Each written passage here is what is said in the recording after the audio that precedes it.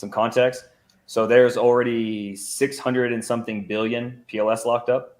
600 and something billion. I mean, like we're getting into like multiples percent of the entire 633.35 billion to be precise. That's $32.23 million that's been created on the back of the value that already exists deep inside the blockchain.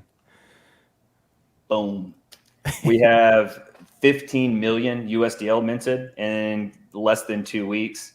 You're seeing, we'll get into the yield place here in a minute, but just like when we see 15 million USDL minted, like that was dormant capital that's now moving around, right? Like that's flowing into either they're chasing yield, they're chasing more loan, they're pumping whatever ticker symbol it is that they like.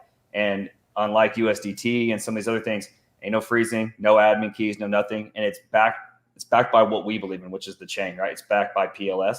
So like this is sometimes, and a few of us have talked about it here, we can be so quick to just think token chart. And I get it. I'm all for number go up, but like this is DeFi. This is actual utility that's being functionally moving around and doing things on chain. Like there was value just sitting here, and now there's value being to move around without having to hit the sell button. Like this is what DeFi is doing. We're coming up on over 800 vaults. 800 vaults. So that's not chart. That's not a buyer and a seller. That's not a holder. That's 800 users of the platform inside of 2 weeks that are locking up that $30+ million. Like, guys, that is badass adoption. Like that is moving the needle. Like that is stuff that makes a difference in an ecosystem. Walrus, you said that was we're actually approaching the same levels that Liquidity is at in terms of vaults. Correct. Active? So wow. Liquidity is the project that was forked from and on ETH in a number of years. Now, again, we're cherry picking a good stat here. So their number of vaults is, last I looked, around 870, give or take. And now we're looking at, again, almost over passing that, or 80% of that. And again, they're on ETH. Like they're on ETH with all the bells and whistles, with all the on ramps, with all the users per se. And we've done that in PulseChain in 2 weeks. Now TVL, a lot of these other metrics, again, of course, like there's so much weight and mass, economic mass behind ETH that we're picking up. We're trying to cherry picking a stat, but when it comes to, we say this all the time on PulseChain. No, we're real DeFi. We're DeFi users. We use the chain. We use this. Proof's already shown with us. Like these are people using the platform. So I'm really excited to see all that kind of cool stuff. And again, that it's a tool being used, right? So the biggest things that people use, and we're going to get into some of the rabbit holes, but just right off the rip, is that you can lock up PLS, and then you can take a loan against it or a vault and basically mint USDL. And then you can take that stable coin. We're going to talk about a bunch of yield placers shortly, but it's your stable coin. Do whatever you want with it. You can take it, swap it for USDC and on-ramp. You could go out through Coast. You can go buy more of another ticker symbol. You can chase yield. Not my circus, not my monkeys. It's your USDL. You do whatever you want with it. So that's one of the big ones.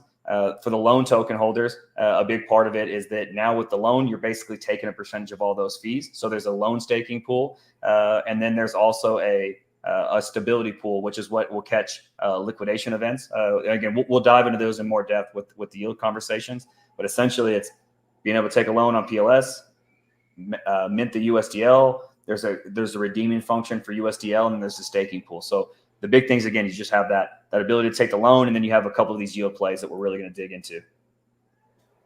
And yeah, just for people to, yeah, go ahead. Real quick, just to comment on the number of volts thing. That was one of my kind of hypotheses going into PulseChain, is that as we started to see a lot of different teams fork common protocols used on Ethereum, or popular protocols used on Ethereum, I was speculating or hypothesizing that we would actually see these protocols shine a lot more on PulseChain, simply just because of the lower gas fees, where the barrier to entry to using these things is so much lower, and it makes economic sense to start using these. I imagine, like, and we're already seeing that right now with liquid loads, Yep.